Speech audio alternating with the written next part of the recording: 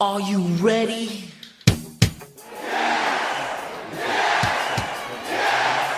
Let's get ready to rumble! Can't wait! This is Moffett on the mic on the A1 Sports Network. Bow to the masters. Break it down! Here we go. How you doing, everybody? And welcome to the Moffett on the Mic radio show on this Tuesday afternoon. I hope everybody had a great Memorial Day under these circumstances, and with the pandemic, and then Memorial Day is always a bit of a somber holiday because we were reminded of the soldiers who lost their lives protecting our country, and we always pay respect at this time of year. Of course, I am Craig Moffett, and this is not Noah Syndergaard, although people won't be able to see this on the podcast, but it is, of course, the people's producer, the showstopper, the head honcho, the founder of the A1 Sports Network. That is, of course, Mr. Chris Clip. You mentioned, for those, again, who are listening to the podcast, I am wearing my Noah Syndergaard hat hair that they gave away at Citi Field one day, and I was like, you know what? We're interviewing Tim Healey today. Might as well put it on. Give it some use. Yeah, so I did not tell Clem to do this. He did not lose a bet or anything like that, and so there you go. You should have dyed the fuzz under the chin there. I should have. It's That not would've been enough, lovely. though. It's not enough. You can't do the blonde hair, and you can't do the You see, I would have put. I have DeGrom's hat hair too, but he cut his hair, so I can't really wear his anymore. So, as Clem said, we have a very special guest on. Tim Healey, a Mets beat writer for Newsday, is going to be on with us in about 15 minutes. So we're pretty psyched to have him. He's been a past guest on our show when we were with Worldwide. So we always have some fun conversations with him. And we'll definitely be getting into the possibility of a season. We have to talk about Noah Syndergaard, Marcus Stroman. We have a lot to talk about with him, just the team in general, because could be a very interesting Mets season. Mm-hmm. All goes to plan if the universal DH goes into effect. So we have a lot of stuff to do with him. So we're pretty psyched about that. You can follow the show, as always, on Instagram at Moffett on the Mic, Twitter at Moffett on the Mic, and my Facebook page as well. You can also follow the A1 Sports Network on Instagram, Twitter, and Facebook. Clem, I might be joining the Let's Talk Jets podcast tonight at 8 o'clock. All right. For a few minutes just to talk some Jets football. I did bring up the idea that if Sam Darnold had played a full season last year, he would have had a better season than everybody thought under Gase, and I think that caught their attention. So I might be taking a little bit of a beating at some point tonight, but not officially confirmed yet, but I may be a guest on the Let's Talk Jets podcast. Those guys are pretty cool. We always get into a good back and forth sometimes on Jet stuff. So we're going to do the media interview with Tim. We're in about like 12 minutes or so, and then afterwards we're going to talk about what I thought was one of the best matches I've ever seen in wrestling with this new way of theatrical matches, and that, of course, was the AEW Stadium Stampede that took place over the weekend on Saturday. The card itself was really good. The matches were very good, but this kind of stole the show. And so we're going to do our top 10 best moments from Stadium Stampede to close out the show. As for the weekend in general, I'm not going to talk about the match too much because, honestly, I just don't really care. It was good to see that they raised money for COVID-19. I think that was probably the only reason why I would be generally interested. It was just what I expected. It was just an exhibition match. And, Peyton did some ribbing on Tom Brady. Tom Brady ripped his pants. I wasn't expecting that part. And then Eli kind of jumping in with a couple of tweets of his own. That was actually pretty funny. Eli's actually been pretty funny since he was on Twitter. Yeah, he has been. Have you ever seen his SNL when he hosted? I don't remember it too well. Peyton's was in a class of its own. Oh my God! If you ever get the chance, go watch Eli's. His whole episode of SNL was just so funny, and I'm like, Eli's a funny dude. Like they're both really good. I mean, they look awkward at times, but I think Peyton is more comfortable than Eli is. But I mean, you can never disrespect the career that Eli had with the Giants. I mean, he's absolutely phenomenal. 2 Super Bowls. Kind of an underrated, I think, player just based off the numbers and the rings. We don't really talk about him the way we talk about Drew Brees and we talk about, Peyton and we talk about Tom Brady. Yeah. Eli's kind of gets lost in the shuffle, and everybody really forgets how good Eli really was in those games and just in his career in general. Yeah, and the fact that he was like the Cal Ripken of the NFL, the guy he never sat down. Yeah. He never sat the bench. He never took a play off or nothing. And I give him credit to that. I give him some credit. Oh, me too. I mean, I think he just got a little bit of a bad rap towards the end, especially under McAdoo when McAdoo benched him for Geno, and then he got benched again for Daniel Jones. But, I mean, that was pretty much at the end of his career anyway. But he had a stellar career in New York, and he's an icon in New York. And, again, like I said, he flies under the radar when it comes to Super Bowls and just overall stats in general. You already know he's going to be a Hall of Famer. Whether he's a first ballot Hall of Famer or not, that I don't know. I don't judge by that. I just think he will be a Hall of Famer, though. Yeah. No, he definitely will be. What's that? I said, and he's earned it. Yeah, absolutely. I totally agree. Some notes from the weekend. Jamal Adams is not really much news going on. Apparently, Dallas is saying they are not interested in trading for Jamal Adams at this time. So I think one team that was an obvious choice because that's where he wants to go. That's his primary choice of where he wants to go is right now saying they're not interested in trading for him. So that only helps the Jets and Adams. Listen, I think at the end of the day, the deal is going to get done. I just don't know when it's going to get done. Yeah. I think the Jets want the deal done by next year, but they want to see how this plays out this year. I think they want also a commitment that he's going to join these virtual programs and everything, and he's been reluctant to do that, which I don't understand why to an extent because you're not really doing anything outside of just looking at the playbook. So I don't really understand. I can understand it from a physical standpoint if you weren't going to do it. However, you're just training on your own, which is basically running the same risk as doing any type of physical activity. So yeah, to me, it doesn't really make any sense that he's holding out. I just think, take the high road and just do it. I think the Jets know that they want to bring him back because they're really making no plans to bring back Marcus May, which will allow them next year to slot Ashton Davis probably into that starting free safety role. Yeah, and I think, from a Jets fan's perspective, I think, like you said, I think we do know it's going to get done. It's just a matter of it's sooner or later will it get done. And I think the Jets fans, because they see his potential, they see how good Jamal Adams is, the type of leader he is on that defense, and the impact he brings to the field, is the Jets fans would rather have him signed now than a month from now. I agree. And I think that, you got to be careful because the longer you wait, if he has another big season this year, then all of a sudden the leverage starts to go towards him because he's backing it up on the field. My take on Jamal Adams in general is that while I believe he's a dynamite player on the field, he's extremely sensitive off the field.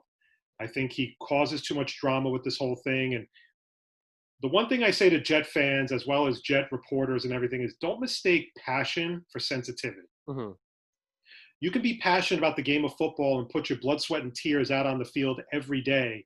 But when you react with a little bit of a tantrum regarding a possible trade talk with Dallas, that's not being passionate about the team. That's you thinking you're bigger than the team. Mm-hmm. And there's a big difference. See, Francesa, who I never really like to agree with on a lot of things, he kind of hit the nail on the head last year when this whole story came up, and he ripped Adams for it. He basically said, it's never really Adams' fault. It's like, I'm good, they're bad. And he's not wrong when he says that because he's right. Adams thinks he is better. He is the best defensive player we have, but he's not above the team, in my opinion. Right. So when the Jets lose, he needs to take it like a man. And, I don't want to hear about how, well, he doesn't like the fact that they're losing or whatever. But at the same time, he's also contributing to the losing in some ways. Mm-hmm. He's blown coverages before. He's made mistakes. He's given up big plays. It's not like he's totally invincible from this So, in my opinion, I think the deal will get done at the end of the day, but he's got to really cut this me-first attitude out. Because, look, honestly, if the Cowboys offered me a first, a third, and Michael Gallup, I may have to consider that deal. Because I need a receiver to go with Brashad Perryman, Jamison Crowder, and Denzel Mims. I get 2 1s and 2 3s to go with 2 4s. You know what? The one thing I think, like you said, it's like with Jamal Adams, he thinks he's bigger than the team. He didn't really as good as Jamal Adams is, you kind of need like a mentor, a leader on that defense when you first come into the league. Show some of these young guys around. The Jets didn't have that when he was a rookie. It was Jamal Adams when he was there. He was the star right from the get go. Had the biggest mouth on the team. And there was no one really to put him in his place. There wasn't. David Harris was gone. Revis was long gone by this time, so there really wasn't anyone to like. Steve McClendon was there, but that was really it, though. I mean, he was already there for 1 year at that point, so Yeah. it's you kind of needed someone on that team to give him a kick in the ass and be like, hey, you gotta shut your mouth and you gotta learn your role and know your stuff. He wasn't there, but that's what I kind of liked about it too when he first got there. He was the leader, he was commanding. I love that about Jamal Adams, but Here's the thing about Adams at the end of the day is that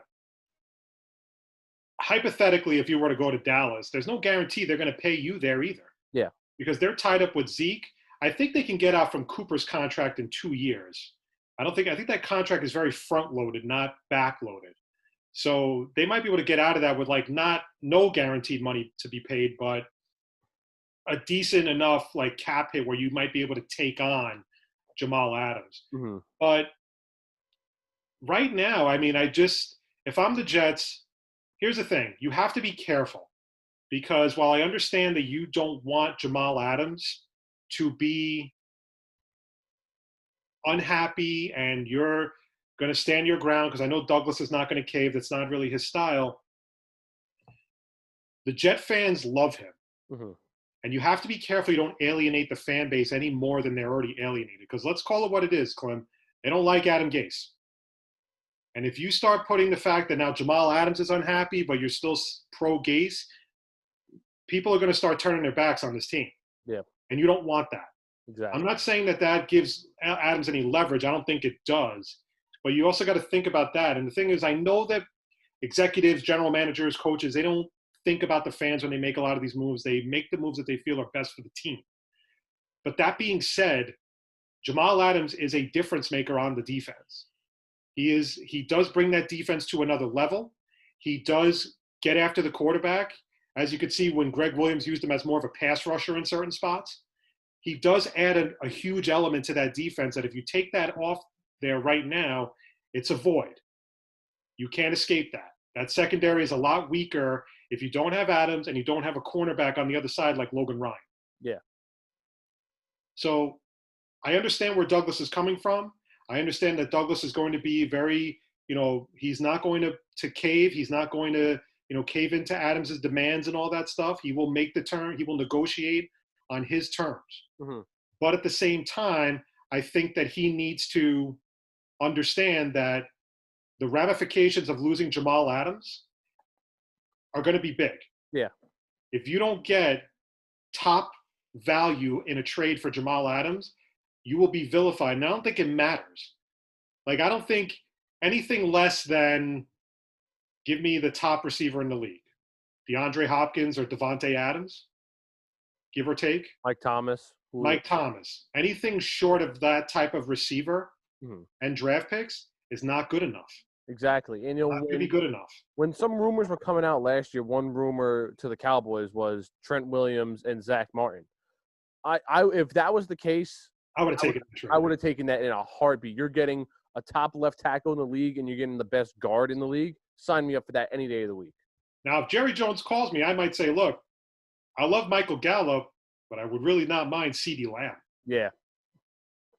You want Jamal Adams? I need CeeDee Lamb. I'll take CeeDee Lamb and a first-round pick.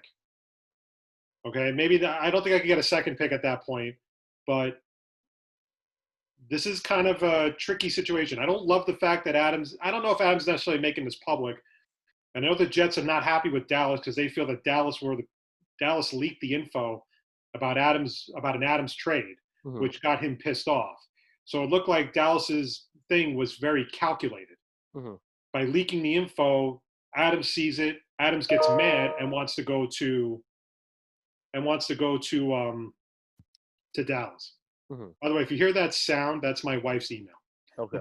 I was wondering. I was like, is Tim here? I thought that's what it is when he does something, but we'll see how it plays out. But right now, it's just a lot of smoke and mirrors. There's nothing really remotely close to happening on the trade front. But a lot of people seem to think that a trade is going to happen.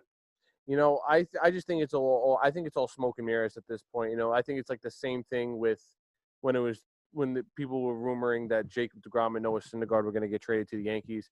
I think it's just to make some kind of headline, and with all this like nothingness going on right now, it's like, you know what, let's stir the pot and let's get Jamal Adams talks going. Yeah. Tim is here. I'm going to let him in. Tim is here. All right, put him through.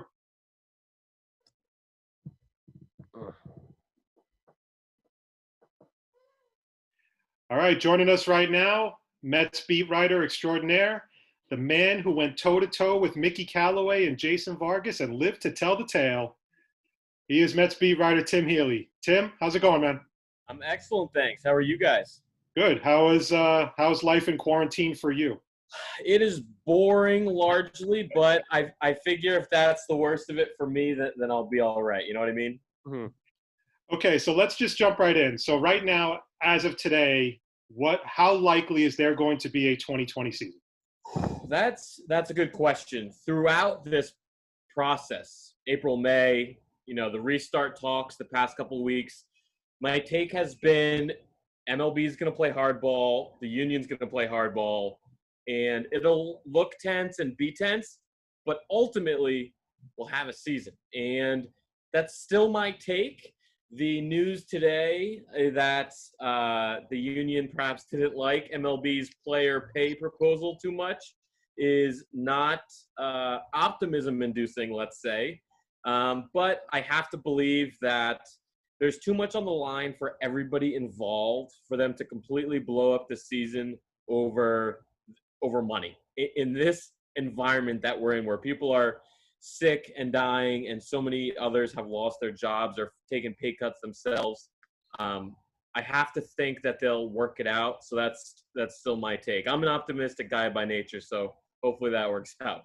Now, in your opinion, though, is it money or is it player safety and health that's like the really mitigating factor into why it's kind of stalled a little bit?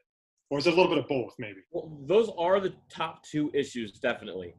But from what I can tell, it's the pay issue that is more contentious in the MLB Players Association negotiations. Health is important. Overall, health is more important than pay.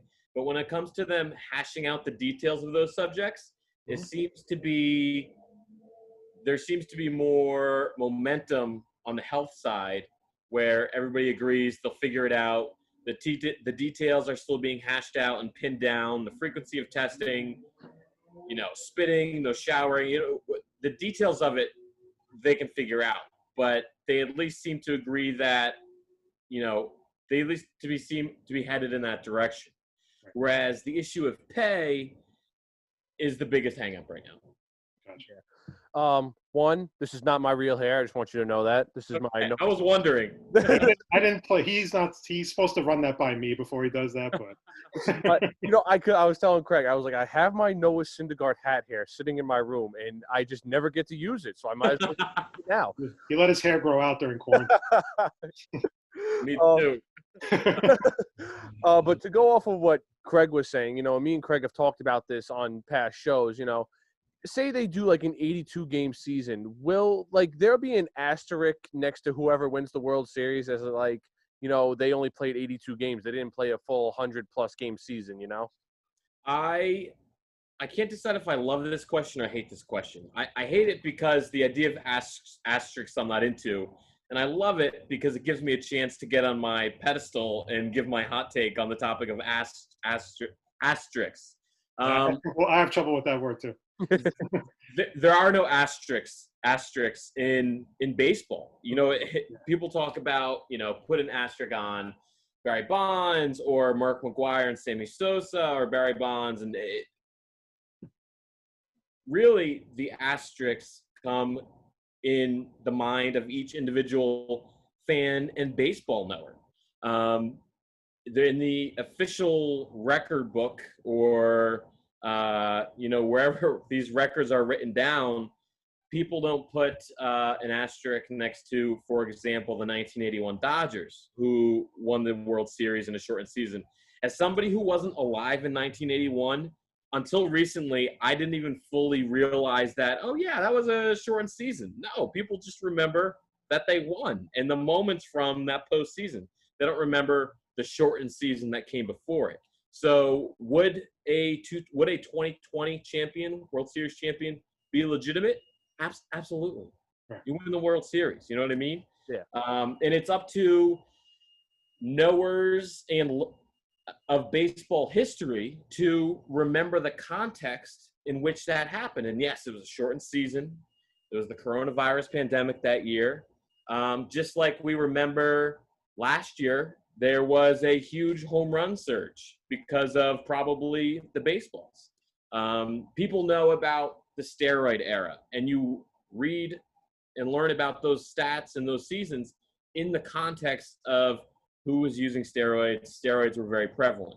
People don't get put an asterisk next to Babe Ruth's numbers, but he didn't play against some of the best players of his generation because black players weren't allowed into the majors. Now, that doesn't get an asterisk, but when you talk about the history of the game, that context is always needed. So that's my rant. Maybe it makes sense. No, it's perfect. It does, yeah. So in the hypothetical that there is no 2020 season, how big of a setback would that be for Major League Baseball in general? Because when the 94 strike hit, that really crushed baseball. I mean, I almost think in many ways that's part of the reason why you just never see fans coming to games anymore as it used to be. So if that were to happen, how big of a setback is that for the sport of baseball, or is it really not as big as you may think it could be? I think it would be a massive setback for baseball as an institution, as something that America loves, and perhaps loves a little less than it used to, but something that America loves. Eric Boland for Newsday, who covers the Yankees, just came out with a story in today's paper, actually, that you can read on Newsday.com, comparing or looking back on the 94 strike and the canceled World Series and comparing the aftermath of that to the hypothetical of what happens if 2020 falls apart over money.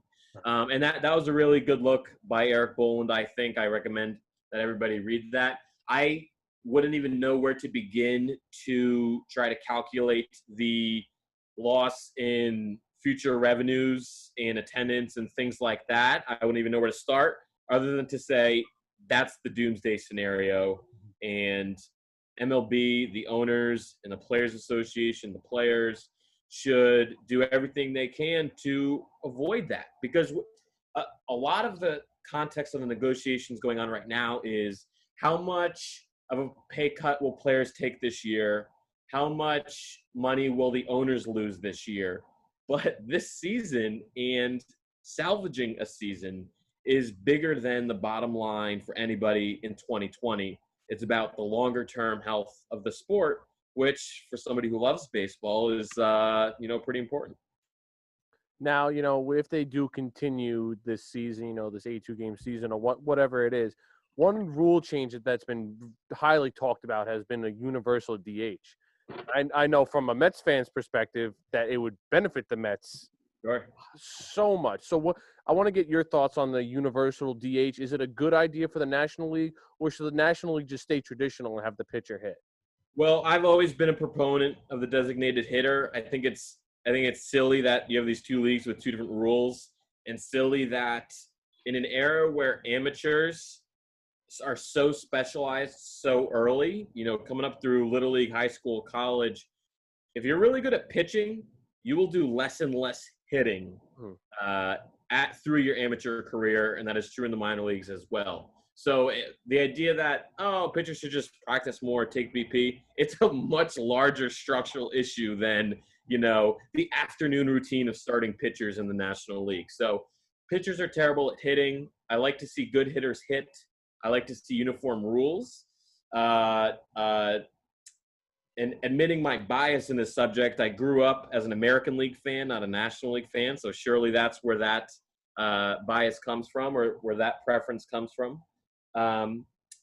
In the context of the Mets in 2020, it'd be great. I wrote about this last week, I think it was, 2 weeks ago, that they have so many options, from Cespedes to getting Cano some rest, to J.D. Davis, to playing Dom Smith at first and letting Pete Alonso DH some days. They could go in a million different directions with it. Luis Rojas in the front office probably, frankly, would make a daily decision on who to give the DH at-bats to on a given day. So fingers crossed. My fingers are crossed that happens and comes to fruition. I think that'd be really good. And also, actually, I should add that in a shortened season, in a 3-week or so spring training leading up to a shortened season, having a DH would help, because guys are not going to be in their peak playing shape. So anything you can do to mitigate injury, to further ease players into a season, would be beneficial. We are talking to Tim Healey, Mets beat writer for Newsday. Let's focus now on the 2020 Mets with the season looking likely that it's going to happen, but stranger thing, you never know at this point. I mean, so my question is, besides Edwin Diaz, who do you think on the roster right now is the biggest X factor going into 2020? Man, that's a good question. February and March, my answer to this question was Noah Syndergaard, because I thought if he could return to his 2016 truly ace-like form and give a really good 1-2 with DeGrom as opposed to a hypothetical really good 1-2, then that could push the Mets over the edge. Now, besides Diaz, obviously, as you mentioned, I'll give two. One pitcher, one hitter.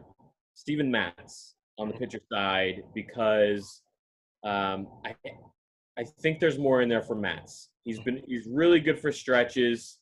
He's never really fully put it together over a full season, but without Syndergaard, Matz becomes a more important piece of the rotation. And if he can put it all together for a season and have a mid-3s, maybe low-3s ERA for an entire season, then that does the Mets a lot of good. And then on the hitter side, I'm going to go with Brandon Nimmo. He was out much of last year, about half of last year, with bulging discs in his neck, as everybody knows. But we saw in 2018 when he had a great year, and we saw a glimpse of it in September when he came back healthy and was terrific. But when he's going good, the Mets just look different. They have the potential to have a very good lineup. And the idea that Nimmo, who I think is a leadoff hitter, but if he's not the leadoff hitter, would be pretty far down the lineup, considering all the good hitters that the Mets have. Yeah. To add in a healthy, good, rolling Brandon Nimmo to that lineup just makes it look much better and very good. So if Nimmo can stay healthy and on the field, I think that does the Mets a lot of good. Now, do you think, and I need your unbiased opinion here, do you think the Mets were contenders or pretenders this year? Because, looking at last season, I know it's really easy to go be like, oh, well, if Edwin Diaz or the bullpen didn't blow the X amount of games, we would be in the playoffs, but, now coming into this season and, Edwin Diaz, second year in New York, we're praying for a good season from Syndergaard and everyone stays healthy. Did you see the Mets as pretenders or contenders this year? I saw them as maybe this is a cop-out, but firmly in between. Before the shutdown, I had already done a lot of my season preview type material. Newsday every year comes out with a huge baseball season preview section. Mm-hmm. As part of that, I was going to have a 50-word blurb on what to expect from the Mets on the whole. And my record prediction was 86 and 76, I think. Whatever the record was last year, I guess the same thing. Okay. Because it's pretty easy to imagine this team, as currently constructed, winning anywhere between 94 and 74 games. You know what I mean? If things go well or if things don't go well. I thought most realistically they had a shot at a wild card. I didn't think they were nearly good enough to win the division. Especially in a division that looks like it was going to be even better than it was last year for pretty much every team. So I thought they're a fringe playoff team, maybe a wild card. And I mean, we won't find out what happens in a 162 game season, but in a about half season,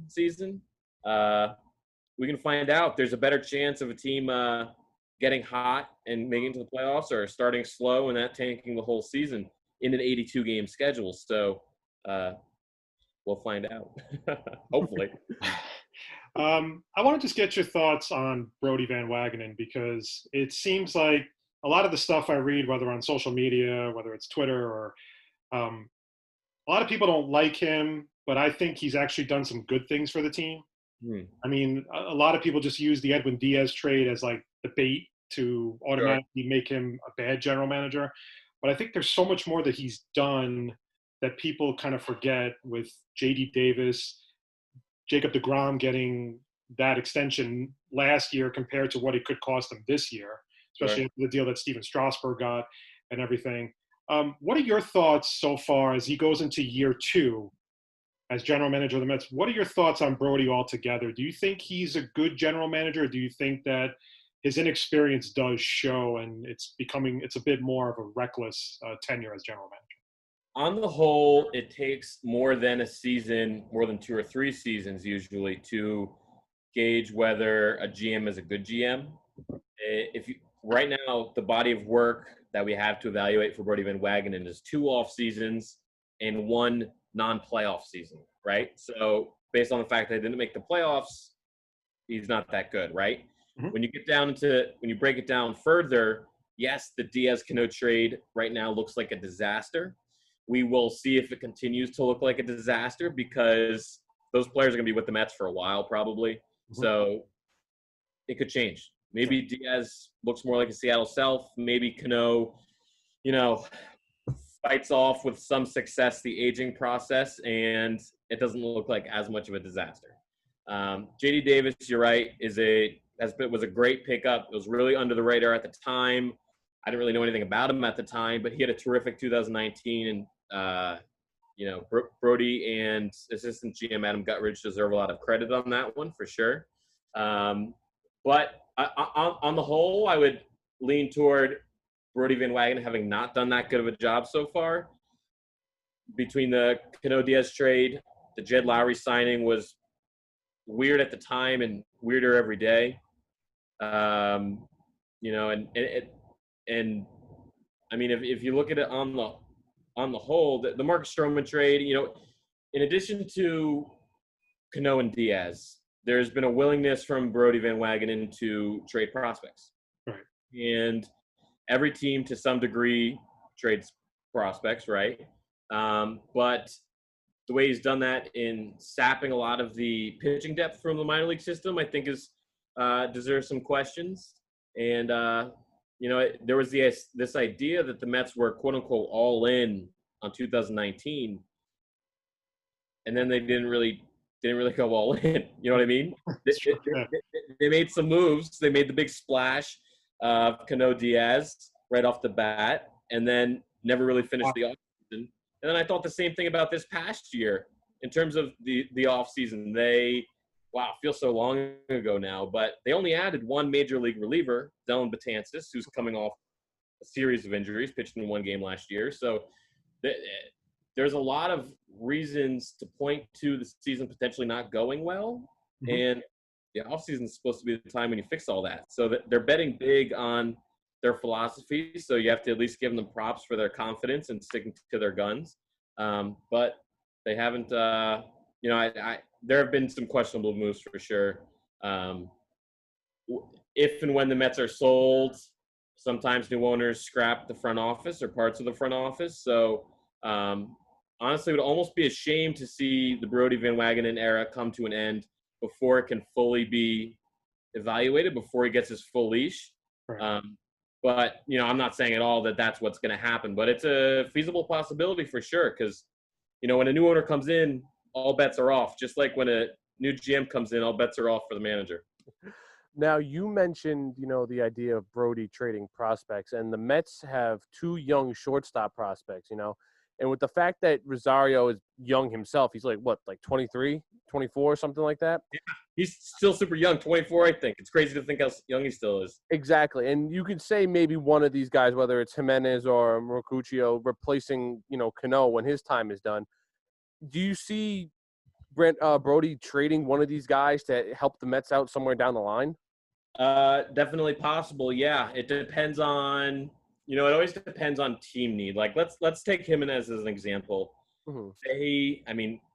This year's kind of a crapshoot because he won't get to play in AAA, but say he played in AAA this year and had a good season and seemed about major league ready. Mm-hmm. That would put another decision on their plate for 2021. Do we trade Jimenez, seemingly major league ready shortstop, to fill another hole, or do we continue to bet on Rosario and keep rolling with him, knowing Mauricio's a couple years down the pipeline? Exactly. So can Andres Jimenez be had? Yeah, probably if somebody makes the right offer. But it all depends on what a team needs in the moment. Yeah. I started asking around with Mets people in spring training about what do you do if Jimenez looks ready, and do you have one of them move positions, things like that. And the sense was that they had mulled position changes for one or the other, but nobody was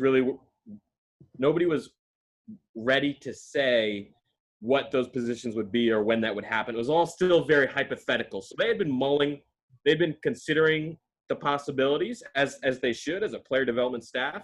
So they won't be blindsided by any means if they have to make a decision down the line.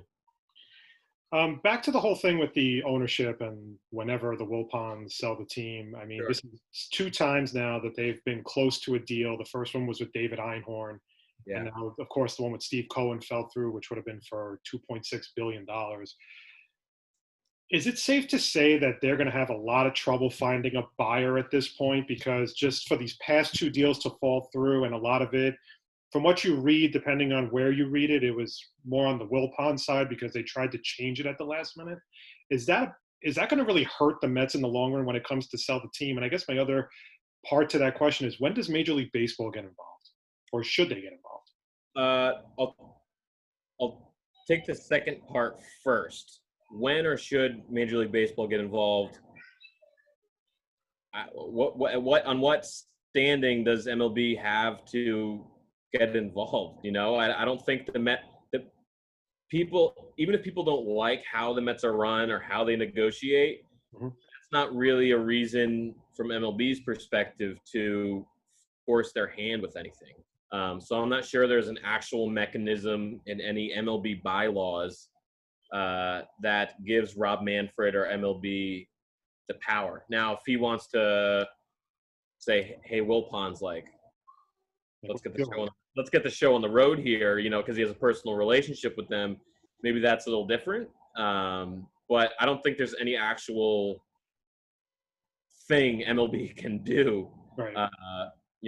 And as far as the first one, are they going to have trouble finding an owner? I think finding a buyer. I think yes, as evidenced by the fact that they're having trouble finding a buyer right now. The first deal fell apart in February, and it's been 3.5 months since that happened, pretty much, and nothing's happened. A-Rod flirted with the idea. I was skeptical of that the entire time because he's just not nearly rich enough, and especially in the current economic environment, it takes a certain magnitude of wealth to be able to buy a major league team, right?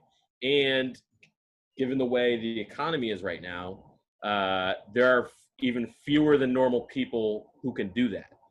I cannot rule out the idea that Steve Cohen eventually comes back in and buys the team. Yeah. Because he's probably motivated because, he's a Mets fan, he's a minority owner already. 2, he has enough money. And 3, if the Wilpons are crying poor now or in a couple months or whenever, Steve Cohen, based on what I know about him, would probably love to stick it to the Wilpons and pay them less than $2.6 billion to buy their most prized possession. So I honestly, I don't know what's going to happen with it. They're very complicated transactions selling major league teams. I covered the Marlins when Bruce Sherman and Derek Jeter eventually ended up with that team. And I always think it's funny because at various points in that like 8-month process, 8-month story, a Romney, a Kushner, and a Bush were all involved with various groups trying to buy the Marlins, and none of them ended up with it. So there are a lot of ebbs and flows in that process. The Mets seem to do a mostly good job of keeping it on the down low. The Steve Cohen deal came out of nowhere. You see very few details, very few non-A-Rod details about looking for a buyer right now. So it's complicated. It takes a long time, and that is only further complicated and further slowed by, the global pandemic. Because one part of it also was the fact of SNY being kind of the sticking point as well, because the Wilpons don't want to relinquish SNY, and that's kind of really killing it also. Yeah. So I was just curious, I guess, moving forward, because if we weren't in a pandemic, would it basically be the same situation where the Mets would where the Wilpons just have a tough time finding a buyer, I guess? It's possible, because the Mets, as their own entity, are said to lose money every year. Right. SNY, as a separate entity that the Wilpons also own a lot of, make money. Right. So you put the two together under the Wilpon umbrella, either the Wilpons don't lose that much money or they even make a little bit of money when you factor in the SNY revenue. The Wilpons don't want to include SNY in any Mets sale.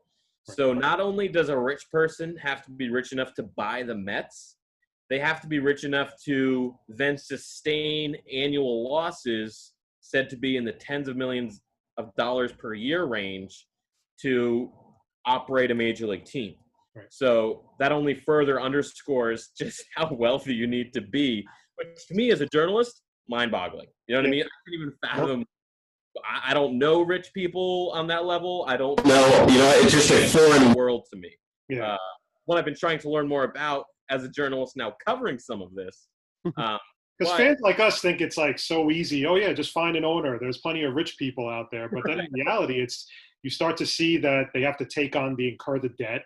There's so much more they have to take on. And then when that new owner comes in, they may not be able to instill their plan of buying free agents like Mookie Betts, for example, right off the bat, which is just going to infuriate Mets fans even more. So yeah, that's why Steve Cohen was and is the best case scenario, because he can buy the team and then go buy players and personally, financially be fine.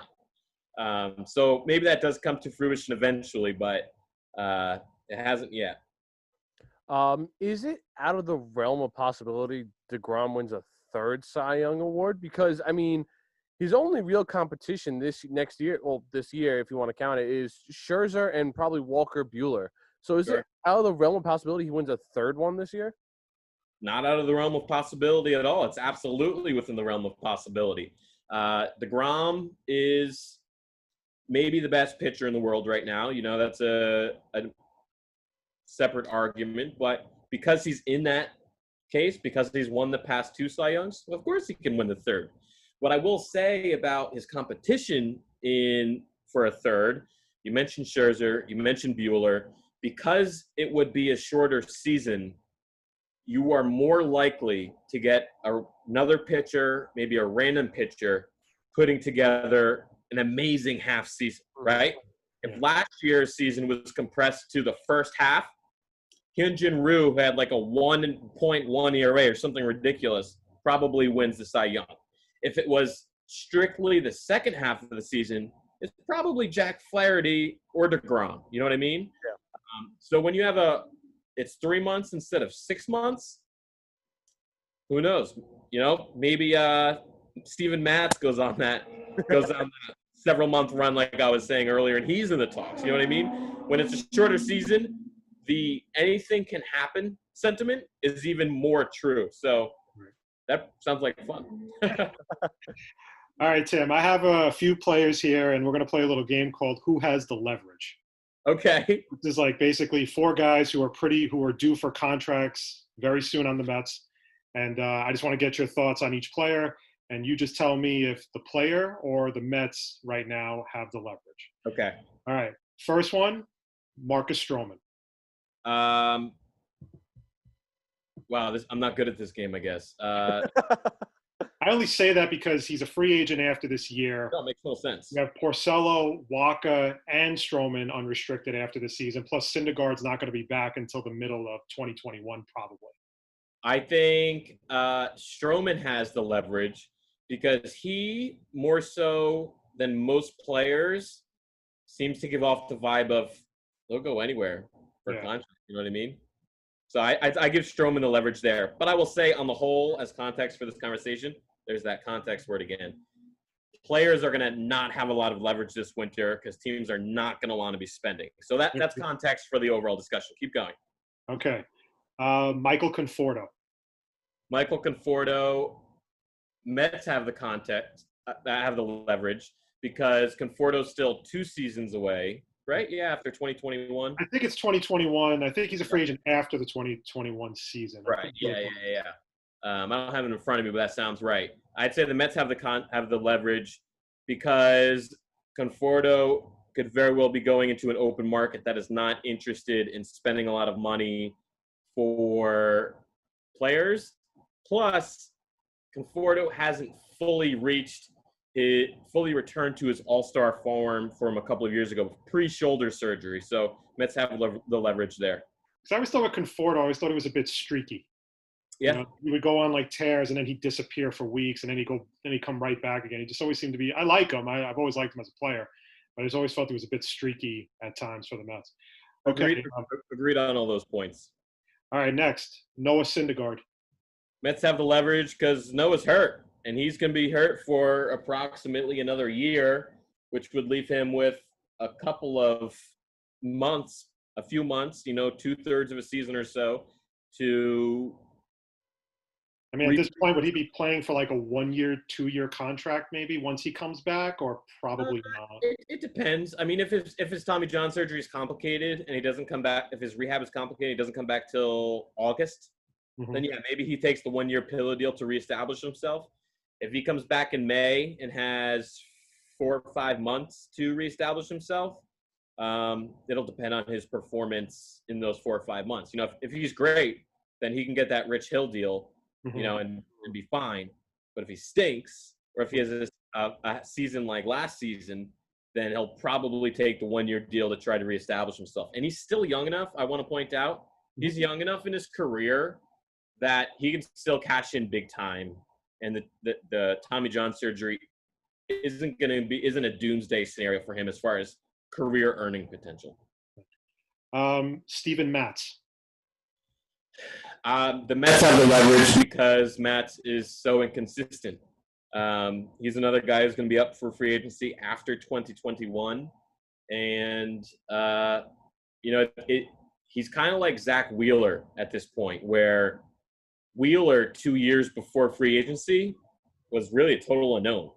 But he had a couple of solid seasons, had a couple of crazy good stretches within those seasons, and then cashed in big time with the team he wanted.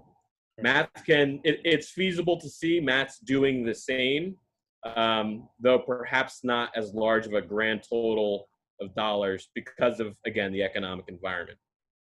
All right, and the last one is going to be a bit of a long shot because it's almost like one of those players I think they need to get out in front of this sooner than later. Okay. That's Pete Alonso. Okay. Well, right now the Mets have all of the leverage because Pete's not a free agent for 5 more seasons. Right. He does not seem to be in any hurry to take a long-term team-friendly deal, and that's fine. So to answer the question, the Mets have the leverage. But I will say the Mets have done everything right with Alonso as far as keeping a face of the franchise happy. They had him up on opening day last year, didn't play the service time game. They gave him a record salary for his second-year player this year, about $650,000. And, if you treat your employees well, your employees are going to be happy. And that's good for the long-term relationship between employer and employee. So while the Mets have the leverage, it seems like everybody's pretty happy there right now. Yeah, I was going to say, I have just a couple more questions. I just wanted to get your thoughts on the Astros scandal and how it impacted the Mets and what guys, like J.D. Davis and Jason Marisnick, who were both on the Astros when this whole scandal was going down, like what their thoughts were, and how Carlos Beltran left, and now that Luis Rojas was basically the second choice. Well, you never want to have to lose your manager in January. You never want to have to hire a second manager in January. So the Mets were in a bad spot then, but on the whole, I think it worked out for them because Luis Rojas, in September when the Mets were probably going to do a managerial search, in October when they were doing a managerial search, I thought Luis Rojas was a great option for all of the reasons people have learned about since then. Knows the players, very smart, respected within the clubhouse, all of those reasons. Bilingual, that's no small thing either. So it was chaos for the Mets that the Mets somehow got wrapped into, but it ended up working out for them. And Rojas has a lot of fans within the organization and within baseball. So, we'll see how his managerial tenure unfolds. As far as Davis and Marisnick, I don't really think it affects anything as far as their relationships with teammates or standing in the clubhouse or anything like that. It was a story for a few days in spring training. And I told people this at the time, but it almost felt a little funny to ask them questions about it because they were such minor players on that team. Right. I thought that if Marisnick did not join the Mets and J.D. Davis was the only 2017 Astro on the Mets, may not have even come up, as far as questions from reporters, maybe one or two that first day J.D. Davis talks to reporters, but that's it. Because the Mets acquired Marisnick, and now it was Marisnick who was more prominent, plus Davis, then it became a little bit more of a story of the day type story in Mets camp. But overall, I don't think it was a big issue. It was discussed at the beginning of spring training, and I think everybody pretty much moved on from the Mets' point of view. Okay. And, I asked this question last week when we interviewed someone. Call me crazy, but before the coronavirus, the biggest story in the world was the Astros cheating scandal. Is it possible that the Houston Astros released onto the world the coronavirus? As much credit as I would like to, as much fun as it would be to turn Jim Crane into this mega villain, I don't know if I can buy that conspiracy theory. I will say, though, I hope that when fans are allowed back in the ballparks, that the Astros hear it everywhere they play because they're getting off really easy in this situation. All right, two more questions for me. I'm going to touch on that a little bit more. Last week we had a guest on our show and based out of Houston. And the one question I asked him about the whole Astros cheating scandal is, with the fact that while there still is a possibility there may not be a 2020 season, if there is, it's probably going to be one without fans. Is this kind of a blessing in disguise for the Astros where they're not going to be completely violated by the fans, like verbally at games, and they might get some chin music thrown at them most of the time, but overall it could be something that dies down since there won't be fans at the stadium basically harassing them every game, every night. Yeah, they definitely get off easy. They won't have to hear it from fans. The volume of reporters at games will not be as large as it normally would be, so therefore they will not have to face as many questions about it every new city they go to. Nobody's really benefiting from a shorter season, right, but they are getting off much easier than they otherwise would have, which is, I think, kind of a ripoff for the rest of the baseball world. We'll see how opposing pitchers handle them. So I'm just curious if 2021 is going to be kind of forgotten at that point, or has everybody moved on? I guess it's really a good question. And I don't know the answer. Mm-hmm. I honestly don't. Like I said, I hope fans don't forget, and I hope the Astros hear it. But we'll have to see I don't know. We'll have to see what happens between now and then, I guess. All right, and this last question has nothing to do with sports whatsoever. Okay. I am taking, whenever we have guests on, we always ask this as kind of like the end all to the interview. What is Tim Healey currently binge watching? Okay. Because we're always looking for, Clem and I are always looking for ideas. I am prepared. So I recently finished a rewatch of Lost, my favorite show of all time. Okay. It stands up. It more than stands up. I like it even better now than I did when it was on TV 10 years ago. So strong recommend. It's on Hulu. All right. And then, nothing can really fill that hole. I just feel empty inside having finished Lost. But I have recently started watching The Americans, which I've never seen before. I am nearing the end of the second season, and I really like it so far. Is that on Hulu also, or is that on? Oh, that's on Amazon Prime Video. Amazon Prime Video. I heard that was good. I heard The Americans was really good. I've wanted to watch it for a long time. It's always seemed interesting to me, and now I'm finally doing it, and strong recommend. See, what killed me during so far, because I used to commute to the city every day. I used to watch my shows on the train going in and out, so I was all caught up. I have 2 young kids at home, so I don't exactly have the TV time I used to have anymore. You so poor guy. Yeah, and I'm like so eager to watch. So I finally finished Narcos Mexico. Okay. And it's an amazing show. If you haven't seen it, definitely check it out. So now I'm watching Queen of the South on from USA Network. That's on Netflix. So I'm just kind of getting into that. But it's like I have to pick and choose my times to watch stuff because it's Disney Plus most of the day when my other daughter's distant learning. So it's been a very challenging to try to binge watch shows, but I'm always looking for fresh ideas. So we ask everybody that comes on what they're binge watching. Tough goings for Craig right now. Tim, this was awesome, man. Thank you so much for taking the time to come on our show and talk some Mets baseball with us. We hope to have you on again once the season gets going, and or maybe even towards the end of the season. But thank you for taking the time to hang out with us and talk some Mets baseball. We really appreciate it. Absolutely. Thank you guys for having me. All right. Take care of yourself and stay safe out there, all right? You guys too. Thank you. All right. That was Tim Healey, Mets beat writer for New York Newsday. Check out his columns as always. He kicks ass. He writes great stuff, and he's been on our show a few times in the past, and it's always an awesome interview when he comes on to talk some Mets baseball with us. And there you go, Clem. So I think I'm ready for Mets baseball now that we got Tim on the show. Yeah, I'm very excited. That was good stuff. Again, it gets you so excited. Like, whenever we talk, whether it was, Jake or Ike or anyone in the past, whenever we get, I'm ready to run through the wall for the Mets right now. Like, think about it like this, right? When you talk to Isaac, you were so fired up for UFC 250 coming up. Exactly. When you talk to Jake and we're talking Jets football about Darnold and everything, we're talking, you just wish training camp was tomorrow. And then of course, Tim's articles are amazing. Mm-hmm. And that, you just get yourself so excited to get Mets baseball going, even though we don't even know what the hell's going on with the latest step moving forward. So, but he's been a friend of our show in the past, and we always look forward to having him on the show, and we appreciate him taking the time to come on our show.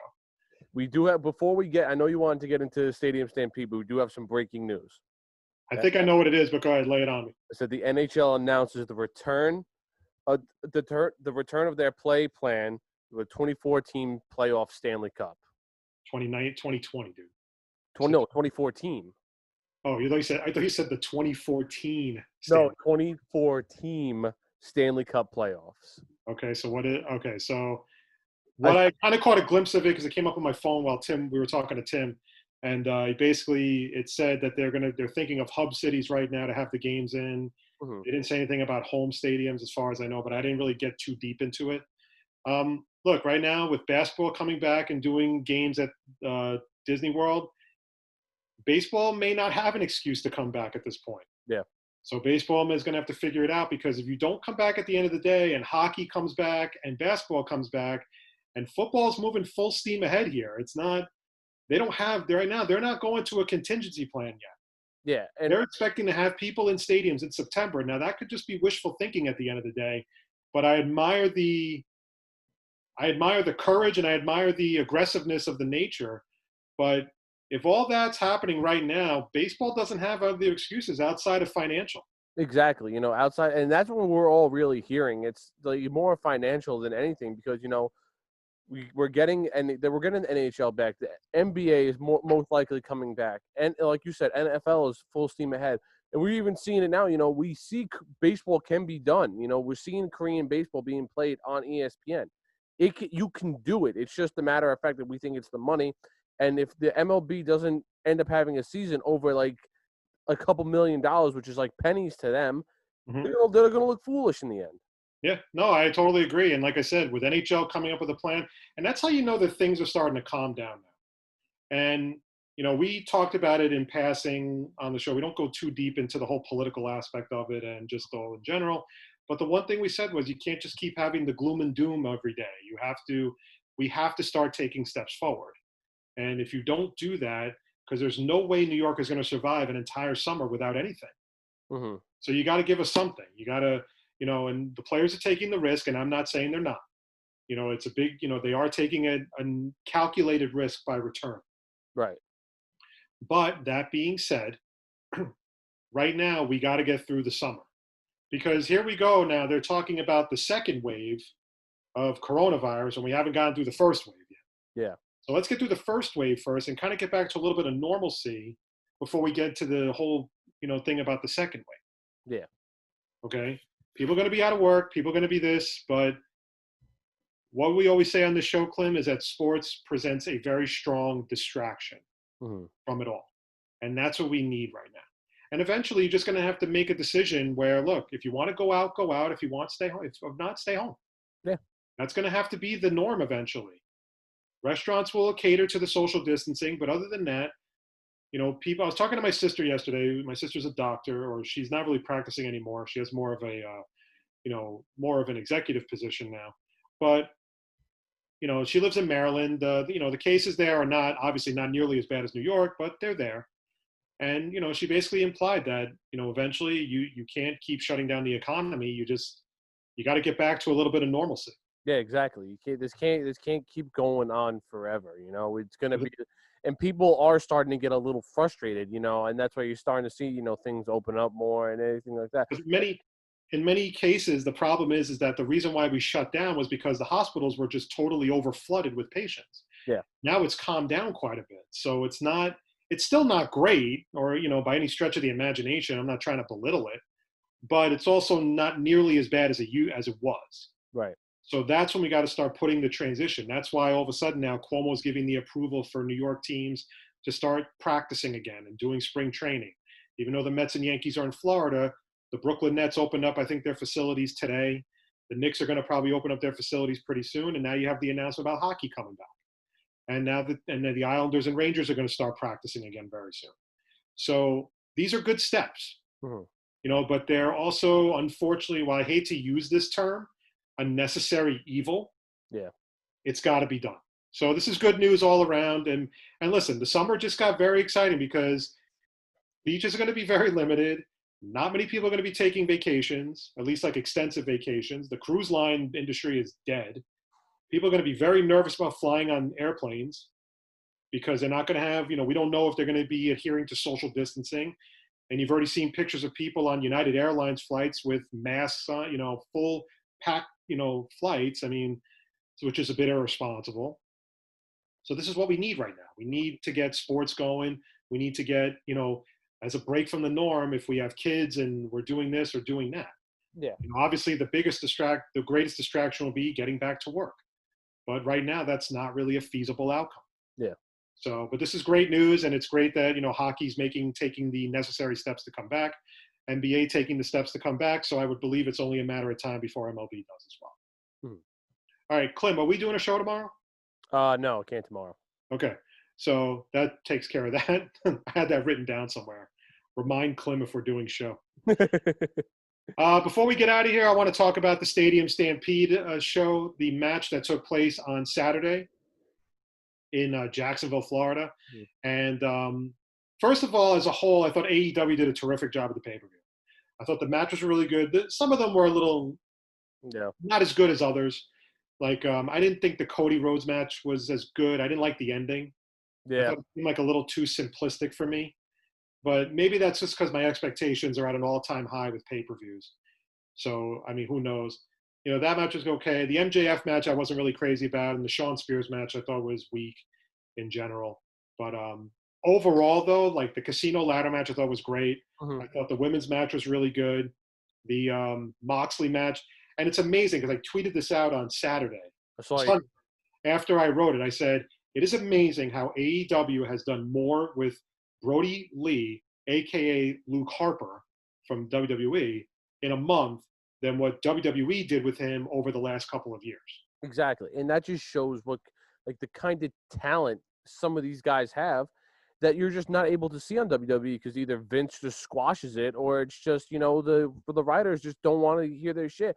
And if you heard John Moxley on the Chris Jericho podcast a long time ago, he would go up to Vince and give him these ideas for what he's doing now, and Vince would be like, "Oh no."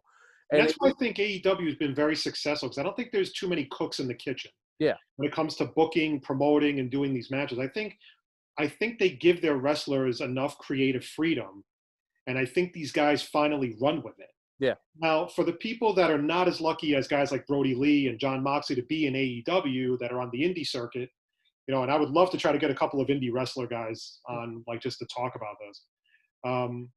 It's kind of sucks for them in a way because, you're only just doing a match and that's it. You don't really have a storyline. Yeah. But in AEW, it allows you to kind of build your storyline, and it builds it up and builds it up. And when you get to the match, and the thing was, Cage Side Seat said it perfectly, that Brody Lee, while he lost, did enough to put himself at the upper echelon now of talent in AEW.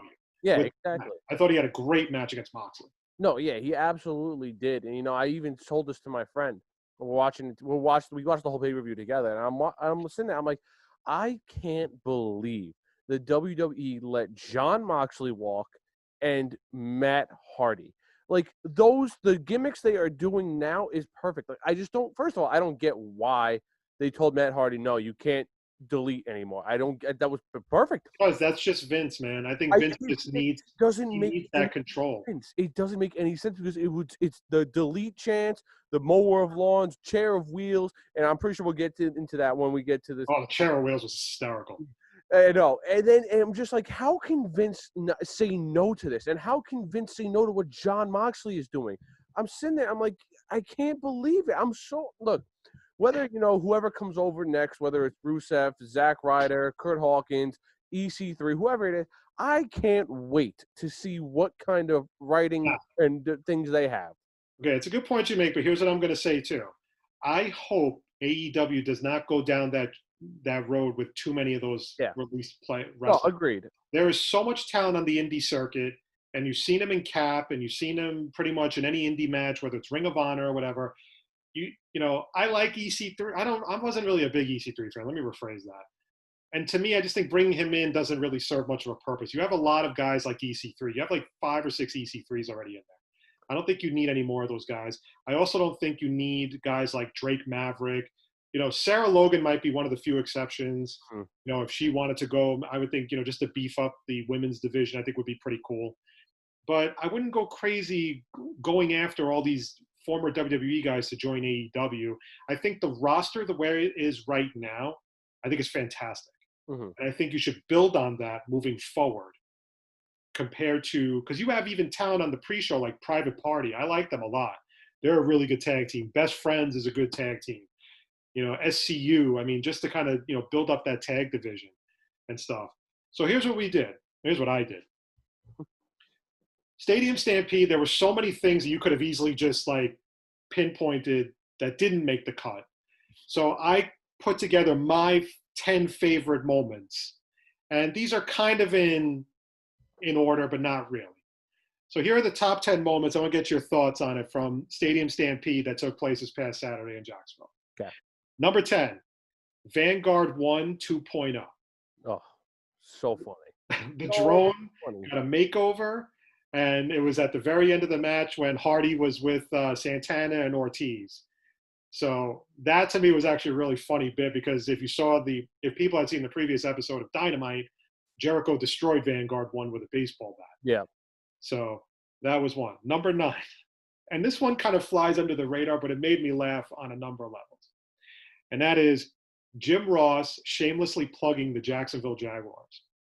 When did you do that? I don't remember that. First of all, for those of you who don't know, and I'm sure people do, but I'm just going to say it anyway, the Jacksonville Jaguars owner, Tony Khan, owns AEW. He's their big financial backer. For starters, it was taking place in Jacksonville Stadium. That's not the best part. At one point in the match, I think it was when the Young Bucks were fighting Santana and Ortiz, Jim Ross just kind of slips in. The Jacksonville Jaguars looking to have a phenomenal 2020 season. Okay? And I caught it, and I'm like, oh, I go, there it is, the shameless plug of the Jacksonville Jaguars. And then Jim Ross said he's a Doug Marrone guy. I heard that. Yep. Okay. Now, let's call it what it is. And I love JR. Okay. Even the fact that his theme song is the Oklahoma fight song. Yeah. Oklahoma is just phenomenal. The Jacksonville Jaguars are not going to have a good season. Okay. I don't expect you to say that during a live broadcast of Double or Nothing, but they are not going to have a good season. And Doug Marrone is probably not going to be the coach after this year. So that's why I said he kind of shamelessly plugged the Jacksonville Jaguars. Okay. Number 8. Santana claiming he can't swim in a 3-foot pool. Oh my God, that was so funny. You're like, get in here! I can't swim. And but the best part was Ross. First of all, Jim Ross's commentary from beginning to end was fantastic. It was good. You know, his AEW commentary has been a little shaky, but this was really good. This was really good. There were a couple of areas. I don't know if it was during Stadium Stampede or just during the pay-per-view in general, where I thought there was some dead air. Mm-hmm. Like it almost seemed like somebody didn't come in on cue when they were supposed to, and right. it was a little awkward. But as a whole, Stadium Stampede, he was outstanding. But the scene when Santana, it was either Santana or Ortiz, I don't know which one it was, when they're drowning Matt Hardy, and he's like, "Oh, get in here," and Santana is like, "I can't swim," and it's 3 feet of water. And then when he jumps in, he's like barely, it's like hitting his stomach. Yeah. Right. Which leads me to number 7, and that is the many different transitions of Matt Hardy. Oh my God, when he came up as Matt Hardy 2.0. Oh my, it was just so like that, and this even goes back to the Boneyard match. Like, I am fine with these pre-recorded Hollywood style matches because they end up being great. I texted in my group chat. I was like, wow, that Matt Hardy segment was amazing. And my friend Matt, who hosts the Phenomenal Forum here, he said that Matt Hardy segment was worth the $50 alone. Like that was so good. I was talking to Keith, my wife's cousin, and he goes, I don't know how they filmed that because it's not really edited if you look at it. Yeah, it doesn't look like it's edited at all. So and you can't really tell if he got, changed or whatever it was. So maybe it was edited and the edits are so perfect that we just can't tell where it's cut. Mm-hmm. But that was a crazy, crazy, crazy moment. It was amazing. Even when they showed him through the glass and he was giving the he was just his hand motions and everything. Oh, so good. All right, number 6, Chris Jericho knocking out the Jaguars mascot. Oh, again, so fun. Oh my God, everything up. Look, we can go. I forgot the Jaguars, like Jackson something or Jackson DeVille. Jackson DeVille, that's what it was. And then Brian was like, Ross was like, "It's Jackson DeVille." And then he knocks him. That was really funny. I thought that was great. I thought he was going to do a code breaker or something, or put him in the walls of Jericho. Yeah. I thought that would have been hilarious. So that was actually a really good one. So there's number 6. Number 5, 100 yards of Northern Lights suplexes. Oh yeah. That was I think it was Matt Jackson of the Bucks on Sammy Guevara. Yeah. So that was pretty crazy. Now I think that was edited. I don't think they actually did 100 yards of that. I think but because my wife asked me, my wife goes, were they doing that the whole time? And I said, honestly, because the match cuts into a lot of different spots, so you don't know. And when you don't know, I was like, well, it's a good question because they might have done it, but I could easily see people arguing that it was edited. Yeah. But overall, it was still pretty awesome. And then we got to the end zone and he got flagged for this celebration. He super kicks the referee. I thought that was pretty awesome. So there's that one. All right. We are at the top 4. Number 4, Hangman and Hager having a drink at the bar. Oh my God, so good. It's just he didn't even show up to the match. He was just like, you know what? I'm gonna come in on my horse, look for Sammy Guevara, can't find him. I'm going to the bar. I thought that was awesome. And then when Hager came in and then they had a drink and then Hager was dragging him across the bar it looked like something out of a bar fight. Yeah. I thought that was really good. That was actually really, really well done. When he sat down at the bar, I'm like, and my first thought was oh, they're gonna get drunk and not even fight each other. They're just gonna be ah, man, you're the best, acting drunk or whatever. That's what I thought was gonna happen. And then they just beat the shit out of each other. Okay, we have reached the top 3. Number 3, Jericho arguing with the ref over a pinfall and throwing the challenge flag. Oh my god, so good. Now, So let me tell you why this was such a good thing that happened. Number one, when he goes into the booth with her Yeah. and zips it up and is yelling at her and calling her a horrible referee and all that stuff. That was the first part. The second part of it, though, was it continued after the match, if you follow on Twitter, because the referee was saying, you know, this, I have, like, she took a picture of herself in Jacksonville Stadium before Stadium Stampede and just said, oh, I have the best job ever and all that stuff. And Jericho, like, immediately replied saying, you know, you're horrible, like, you're a terrible referee and all that stuff. And, or he said, worst ref ever. And then she was promoting a shirt that had a picture of her doing like the Uncle Sam pose, like the I want you for the US Army type thing. Yeah. And Jericho wrote back, why would anyone in hell wear that shirt? Right? It just kept going. It's been going on. I think it stopped now, but for the past couple of days, it was actually really funny. But that was a great part that a lot of people might have missed, is when he throws the challenge flag because, you know, the 2 count. I thought that was actually really funny. Okay. Number 2, Hangman Page chasing Sammy Guevara with a horse. I thought that was one of the funniest things like ever. And, you know, Sammy Guevara being chased by this and everything, I thought it was absolutely hilarious. I thought Sammy Guevara was fantastic. He's good in that role. He's very young. He's very talented. He's great on the mic, and he's a great actor. Great actor. Which leads me to my number 1, and that is Sammy Guevara. And in my opinion, Sammy Guevara is the most underrated wrestler right now in AEW. Because while I know he's part of the inner circle, the fact is he plays this role so well from everything. I mean, between getting chased by the horse, getting chased by the golf cart with Matt Hardy and Kenny Omega in it, between rolling around on the grass and then the sprinklers coming on. Oh, yeah. Right? To him running around saying, oh, I won, and all that stuff when he doesn't even know where he is. Yeah. And then to top it all off, taking that bump at the end from Omega that won the match for the Elite. So Sammy Guevara, I don't know how long he'll be in the inner circle, but I think he is a star. Oh, it was definitely a star-making performance for Sammy Guevara at Stadium Stampede. Yeah, the other guys are more established. You already know that. You know the Young Bucks. You know Omega, Jericho. You know even Santana and Ortiz. Of course, Matt Hardy, and then you know Hager. I think is more of a part-time type of guy. I think he's more fixated on MMA and like Bellator. Mm-hmm. But Sammy Guevara to me is definitely he is definitely a very, very future star of AEW. Yeah, he was great. And, you know, if you want to put some honorable mentions in there, just the way they started. Yeah, the intro, the fire, the smoke. Yeah, and the fact that they just started running at each other, and I was just like, oh, this is how it started. This is amazing. The inner circle wearing shoulder pads and helmets. And if you noticed when they were first running at each other, I think it was Matt Jackson had a garbage can in his hand, and he just threw it. I think it was, or someone, I was like, oh, shit, like, what the hell? I was like, this is amazing. Everything about the Stadium Stampede match was fantastic.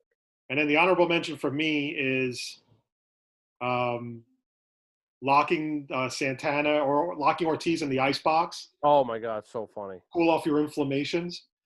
And then when he hits Ortiz with the bell. Yeah. And he puts him in the like my wife goes, why is he having a seizure? Yeah, right? I didn't understand that either, but either way, it got him in the chair of wheels. And when the chair of wheels came out, I was like, are we gonna get a mower of lawns next? Like, oh God, I mean, just every moment of that pay-per-view was incredible. It was so good. Like, now, a couple of things I will say moving forward. Number 1, the Inner Circle needs a new feud. Yeah, I think it's time to break away from the whole feuding with the Elite. You know, it sounds like it's going to be geared more towards a Brian Cage, John Moxley feud. Mm-hmm.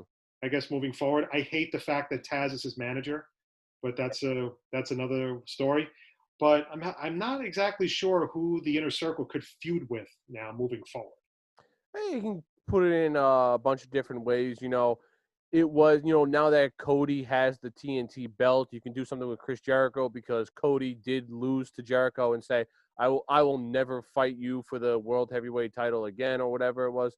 So they can start something else.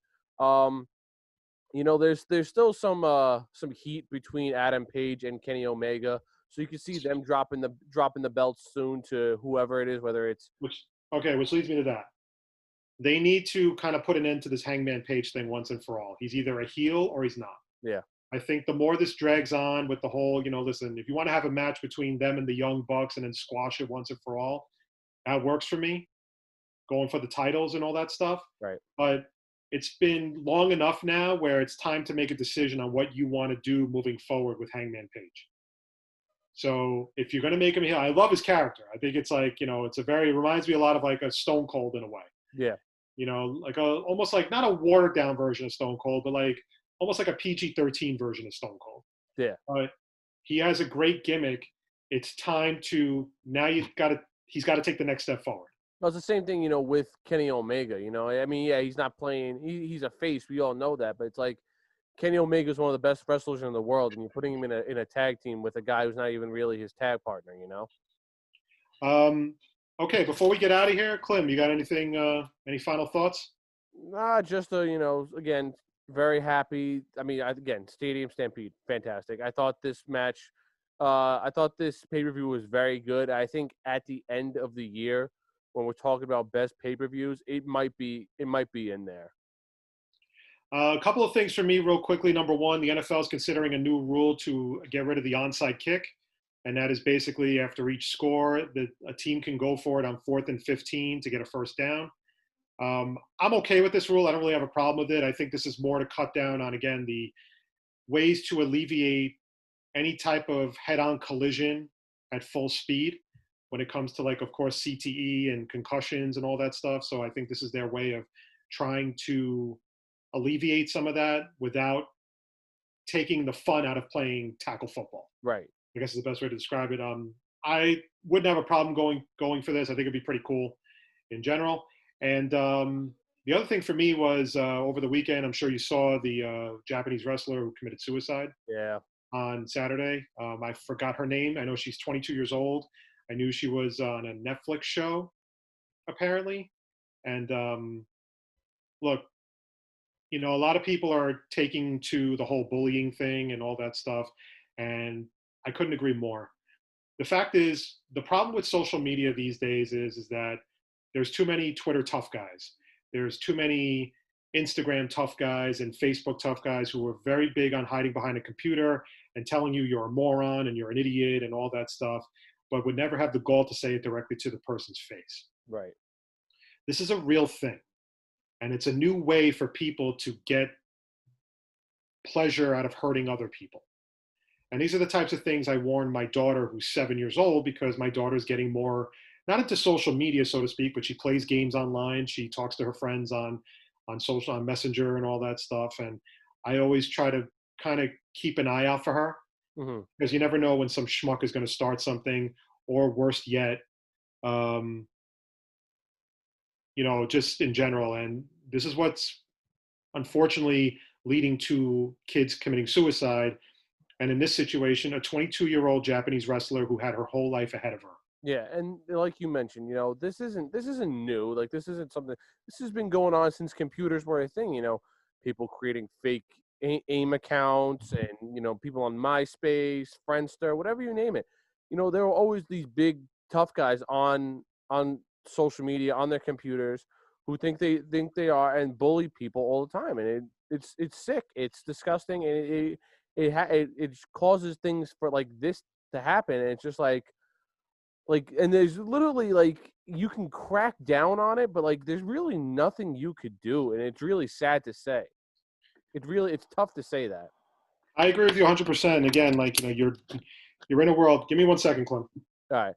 Because I got to plug this in. And there we go. You're living in a world now, again, where people are just hiding behind their computers. And you got to understand, too, that in a quarantine, people are bored. Yep. And they have nothing better to do with their lives. The other day, yesterday, in fact, I saw something where Alexa Bliss was taking this podcast host to task on Twitter. because he made a really kind of a, I know what he was trying to say, but he went about it wrong. He was trying to say that basically Alexa Bliss is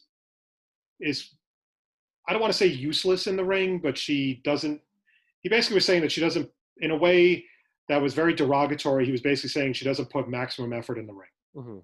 And she was saying along that he kind of related it to having sex and the woman just laying there, like not moving, not doing anything. And it really caused a massive shitstorm. You had guys like Braun Strowman getting involved, Mick Foley was getting involved. You know, this guy got taken to task. He didn't back down from his comments, and I respect that because, you know, stand by what you preach. Yeah.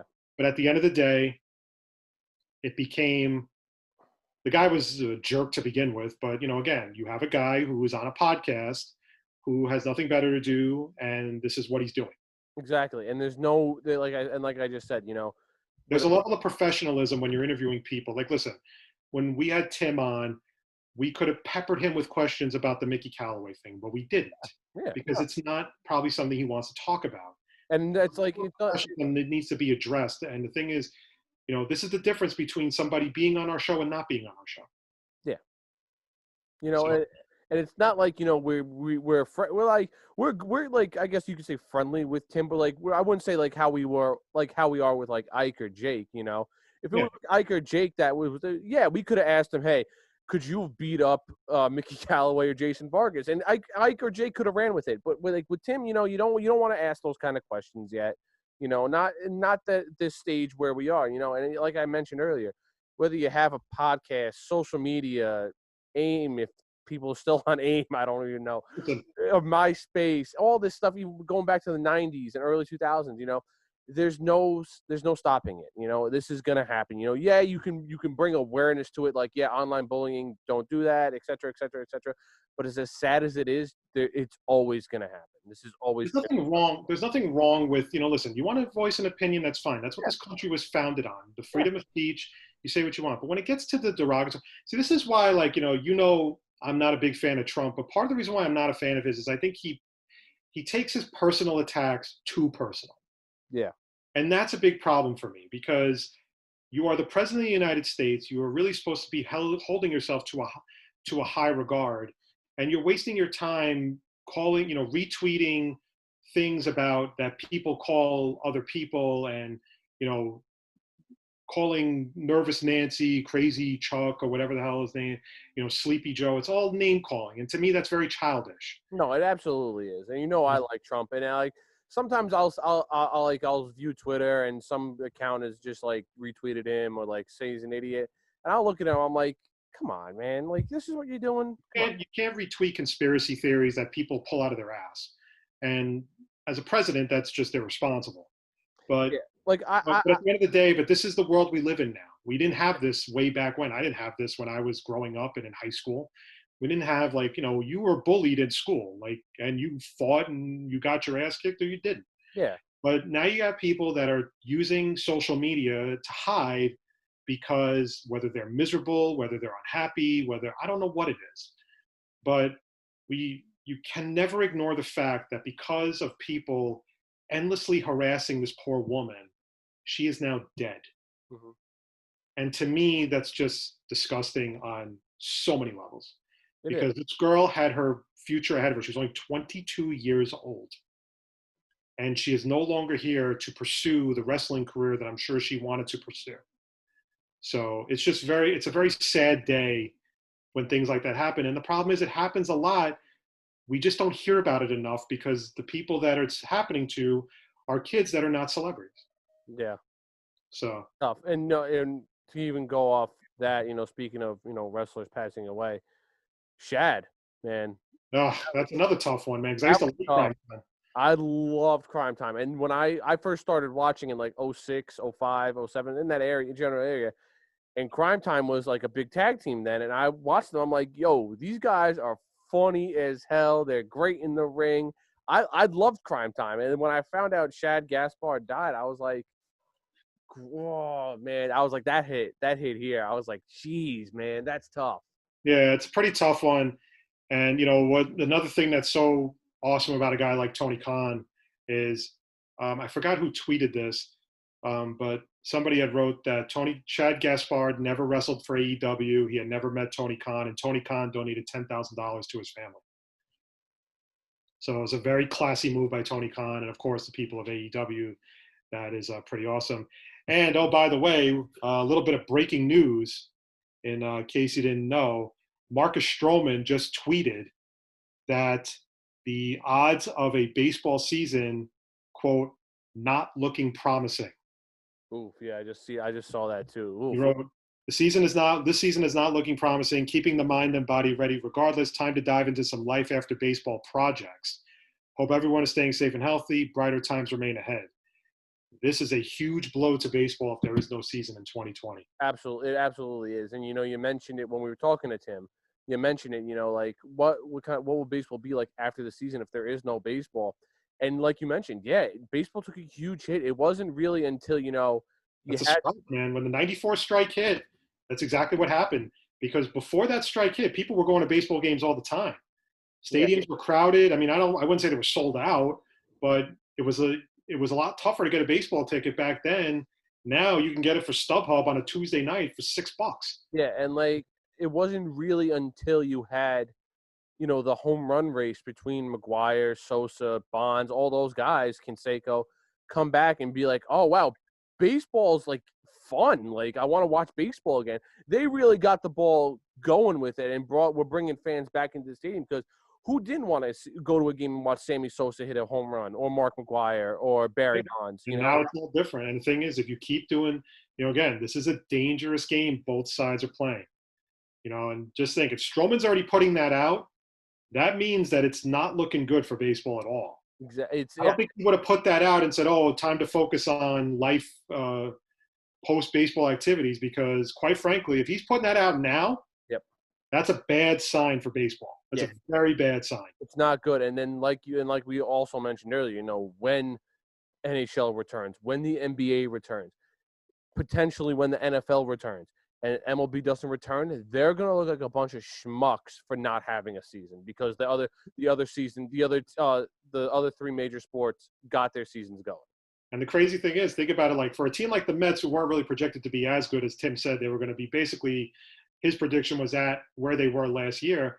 A team like the Yankees had insanely high expectations going into this year with Garrett Cole, a healthy James Paxton, Tanaka, great bullpen, all those guys. All those guys in the lineup.